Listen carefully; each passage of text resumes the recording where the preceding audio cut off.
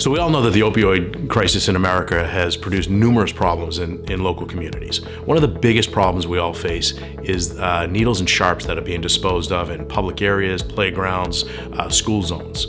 So Trauma Services has come up with a kiosk program that we've partnered with many cities and many towns, where we go in and we install kiosks where people that are trying to dispose of needles, instead of throwing them on the ground, have a place to put them. So we're finding drastic reductions in loose needles that we're finding in all these communities that we're working with.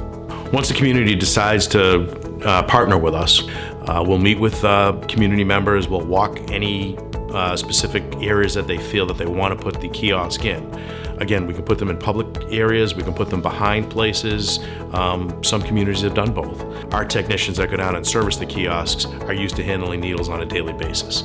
So we go in, we service the container, we take everything out of the container, it gets brought back to a facility where it all gets incinerated. You get pictures and a count of how many needles or what was in the kiosk for that period of time.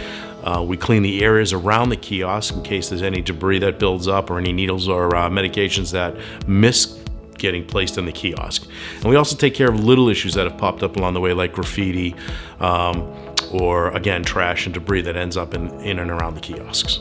We started this program because one community asked us to help them out with a major issue with needles that they were having, and we started with 2 kiosks. Right now we have over 130 kiosks out there on the streets in both Massachusetts and New Hampshire.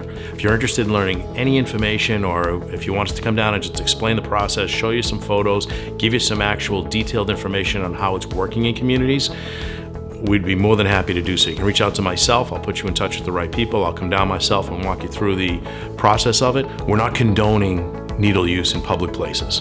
What the kiosk does, it adds an alternative where people can dispose of those needles. Any one needle that ends up in a kiosk and not on the street is one less chance for a child or any person walking down the street not to get stuck with that needle.